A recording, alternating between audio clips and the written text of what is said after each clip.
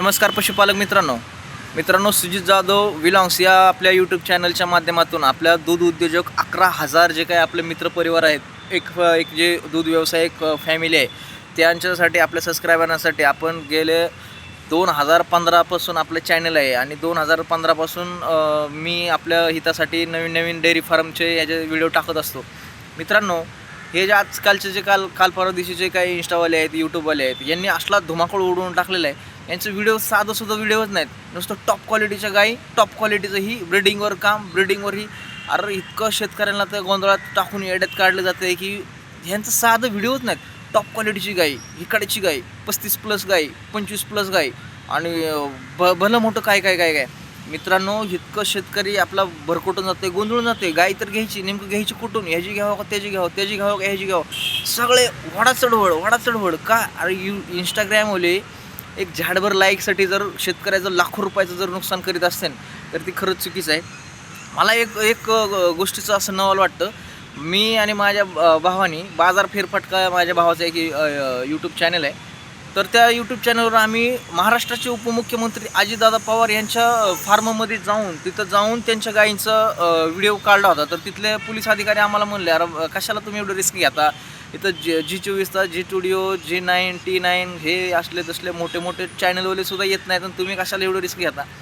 पण ठीक आहे म्हणलं, चला आपल्या शेतकऱ्यांना पण कळू द्या की आपले जे काय महाराष्ट्राचे उपमुख्यमंत्री आहेत की त्यांच्याकडं किती गायी आहेत, त्यांना किती गायीची रुची आहे, किती आवड आहे.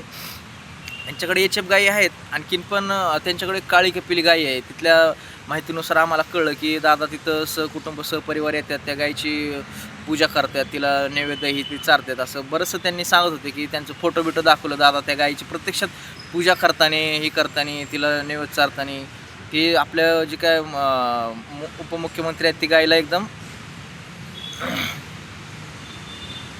चांगल्या तिला नैवेद्य ही चारतात, गायीला चांगलं जपतात.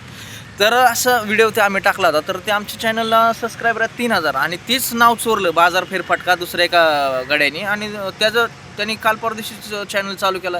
त्याला सबस्क्रायबर आहेत जवळजवळ 50,000 आणि व्हिडिओ काय टॉप क्वालिटीची ही गाय तर भंगारजात. शेतकरी मित्रांना फसवायचं बंद करा. शेतकरी इतका भोळा माणूस आहे, त्याला पहिल्यांदा ते इंग्रजांनी फसवलं, त्यानंतर आता राजकारणी तर फसवत आहेत आणि आता लाईव्हला तर ही इंस्टावाली आणि यूट्यूबवाली इतकं येड्यात काढायला आली लोकांना. तुम्ही त्याचं चॅनल कधीच आहे ती बघा, तुम्ही त्याचं चॅनल कधी स्थापन झालं ते बघा. ते आता काल परवा दिवशीचं चॅनल 2024-22 हे असलं चॅनल, ती मॉनिटाईज, ती सबस्क्राईब. आम्ही इथं 2015 पासून झक मारतोय. आम्ही वेबसिरीज सोडून सगळ्या गोष्टी सोडून, गाणी रेकॉर्डिंग सोडून आम्ही शेतकऱ्याच्या हितासाठी इकडं बाजार फिरतोय. कुठं राशीनला जा, जामखेडला जा, कुठं बारामतीला जा, मोडलिमला जा, इकडं जा, तिकडं जा, तिकडच्या गाई इकडच्या गाई तिकडं, जेणेकरून शेतकरी मित्रांना कळावं की कशा पद्धतीने बाजार चाललेले आहेत, कुठल्या गाईचं कसं मार्केट आहे, ही किती लिटर दूध देणाऱ्या गायीची काय किंमत आहे. सगळ्या गोष्टी आम्ही इकडून मॅनेज करायचा प्रयत्न केलं. शेतकऱ्यांना जे काही सरकारचे वेगवेगळे नियोजन आहेत जनावरांसाठी, पशूच्या ह्याच्यासाठी, परत जनावरांना काय नवीन आजार येतात काय, आणि ही डॉक्टर पण अशी येड्यासारखं व्हिडिओ टाकायला आले. जी काही आता नवीन शिंगरं शिकायला आले जनावरांचे डॉक्टर व्हायला, ह्याच्या मोठ्या डॉक्टरच्या हाताखाली राहून बारके हळूहळू त्यांचं पण आम्ही ही सिमेंट भरलं, आम्ही तीही केलं, आम्ही भरलंच काय खोटं. आणि त्यांना जर विचारलं नाही असं काय नाही आपलं चॅनल अरे काय तुमच्या लाईकसाठी, तुमच्या फॉलोसाठी जर तुम्ही एखाद्याचं जर 1,00,000-2 लाखाचं नुकसान करीत असाल. रात्री तो शेतकरी अक्षरशः ढसा रडला. त्याला 1,20,000ची गाय 13,000 रुपयात विकायला लागली. का? तर ती माझ्यावरच आहे ना. आणि गाय जर माझा नाही आली तर त्याचं नुकसान आहे. ती किती गाय असे तर सांभाळू शकन? त्यांना चारा पाणी, गायला काय म्हणून लागत नाही. गायला तिला निवारा लागतो, तिला चारा पाणी हे ते लागतं, तिला दवाखाना, डॉक्टर हे ते, तिला तेवढा वेळ द्यावा लागतो, तिचं धारा पाणी हे ते. जर अशा गाय हिटवरच नाही आल्या, माझ्यावरच नाही आल्या तर त्या शेतकऱ्यांचं नुकसान आहे. तर जरा थोडंसं सतर्क राहा. चांगले जे चॅनल आहेत त्यांना सबस्क्राईब करा. चांगल्याच यूट्यूबरांचं व्हिडिओ बघत राहा. जरी कुणाचं जरी बघितलं, काय जरी झालं, बघा असं नाही, पण कुणाचं किती डोक्यात घ्यायचं, कुणाचं किती मनावर घ्यायचं. आपण जे शेतकरी जे काय असे प्रॉब्लेममध्ये आहेत, ज्यांना गायी विकायची आहे, त्यांच्या फार्ममधून गायी ज्या विकायच्या आहेत, ते शेतकरी आपल्याला डायरेक्ट कॉन्टॅक्ट करतात. आमची अशी गायी विकायची आहे तुमच्या चॅनलच्या माध्यमातून. 1 रुपया आपण अजून कोणाकडून घेतला नाही चॅनलच्या गायी विकायच्या जाहिरातीसाठी, की हे बरेचसे यूट्यूबर आहेत जाहिरातीसाठी पैसे घेतात. आपण कसं आहे ना, जी काही खरंच इमानदारीने मेहनतीने करते ना त्याला व्हॅल्यू नाही. हे तर पहिलं पण सत्य होतं, आता पण सत्य. आपण कुठल्या शेतकऱ्याकडून, कुठल्या व्यापाऱ्याकडून 1 रुपया पण घेतला नाही.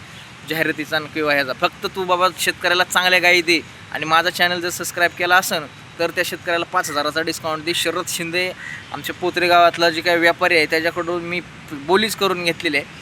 माझ्या चॅनलला जर सबस्क्राईब असेल, माझ्या चॅनलच्या थ्रू जर तुला गिराईक शेतकरी जर आला गाय घ्यायला तर 5,000 रुपये त्याला डिस्काउंट दिलाच पाहिजे. ते मला फोन करून 5,000 रुपये डिस्काउंट दिला बरं का असं सांगतो. शेतकरी पण सांगतो 5,000 जे काही झाला व्यवहार त्या व्यवहाराच्या ह्याच्यातून डिस्काउंट दिला असं एक सॅटिस्फाय. पण चांगल्याच व्यापाऱ्यांच्या चांगल्याच गायी शेतकऱ्यांपर्यंत पोहोचल्या पाहिजेत. मी पण आता ही जी काय ब्रीडिंगवर जी व्हिडिओ टाकतात की अशी ब्रीडिंग भावा, ब्रीडिंगवरचं जोक नाही. ब्रीडिंग 5-5 वर्ष घालावं लागतात ब्रीडिंगवर काम करायला. 5-5 वर्ष ब्रीडिंगवर घालावं लागतात काम करायला. सोपं नाही ब्रीडिंगवर काम. आणि तुम्ही उठलं की लगे व्हिडिओ टाकताय ब्रीडिंग, हे ब्रीडिंग आणि ती ब्रीडिंग.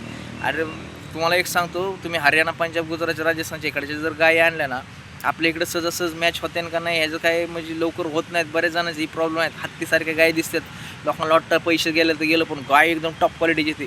तुम्हाला आपल्या भाषेत जर सांगायचं म्हणलं ना तर गरिबाची मुलगी श्रीमंताच्या घरात राहू शकते, पण श्रीमंताची मुलगी जर गरिबाच्या घरात दिली तर ती लवकर ॲडजस्ट करीत नाही किंवा राहीन का नाही ह्याची काही गॅरंटी नाही. असंच काही गोष्टी तुम्ही समजून घ्या की टॉप क्वालिटीच्या गाईचं काय प्रकार होतो आहे. आपल्या मातीमध्ये, आपल्या महाराष्ट्रामध्ये जे काय चांगले कालवडी, चांगल्या गायी ज्या काही तयार झाल्यात अजून त्याच्यातून चांगलं दूध देते ना अशा टॉप क्वालिटीच्या चांगल्या गायी आपल्या इथल्या निवडा. उगा इकडं तिकडं पळू नका. शेतकऱ्यांना काय असती सवय, शेजाऱ्यांनी 4 आणल्या मग मी पण तिथनं 6 आणणार, त्यांनी एवढं घालेलं मग मी पण तेवढं. तसं करू नका. आपल्याला दूध उद्योजकांना जेवढं काय चांगलं देता येईल, बेस्ट अँड बेटर क्वालिटी देता येईल त्याच ह्याच्यावर आपल्याला काम करायचं आहे. चॅनलला जर नवीन असताना तर सबस्क्राईब करा. आपण सरकारच्या नवीन योजना, जनावरांचे काय नवीन आजार हे ते इकडचे तिकडचे सगळे जे काय आपल्या आसपासचे जेवढे पण गाई गुरांचे बाजार आहेत ते सगळ्या गोष्टी आपण आपल्या चॅनलच्या माध्यमातून कव्हर करीत असतो. आणि महाराष्ट्राचे उपमुख्यमंत्री अजितदादा पवार यांच्या इथं जायला सगळ्यांना, पत्रकारांना जरी विरोध असला तरी आपण तिथं जाऊन डॅशिंग करून अशा ठिकाणचे सुद्धा व्हिडिओ आपल्यापर्यंत पोहोचवण्याचा प्रयत्न करत असतो. आणि सगळ्यांच्या यशोगाथा की ते सगळ्या गोष्टी आपण आपल्या चॅनलच्या माध्यमातून टाकत असतो. तर आपल्या चॅनलला प्लीज सबस्क्राईब करा. जरा थोडंसं भानावर या. शेतकरी मित्रांनो, आपण तरुण आहात, मी तरुण आहात ही मला सगळं यूट्यूबवरून कळतं. आपला व्हिडिओ कुठपर्यंत बघते, कोण बघते, किती वयाची लोक बघतात, पोरी किती बघतात, पोरं किती बघतात, म्हातारी माणसं किती बघतात, 13 ते 15 वर्षाची, 7 ते 15 वर्षाची किती बघतात. आपला ऑडियन्स आहे 18 ते 24 वर्षाची मुलं, 18 ते 35 वर्षाची मुलं. तरुण आहात तुम्ही. आपण काय चॅनलवर नाच गाणे धिंगाणा मस्ती असलं काय टाकीत नाही. आपण फक्त शेतकऱ्यांच्या हितासाठी, तुमच्या चांगल्यासाठीच व्हिडिओ टाकत असतो. चॅनल सबस्क्राईब करा, सहकार्य करा, चांगल्या लोकांचंच ऐका. धन्यवाद.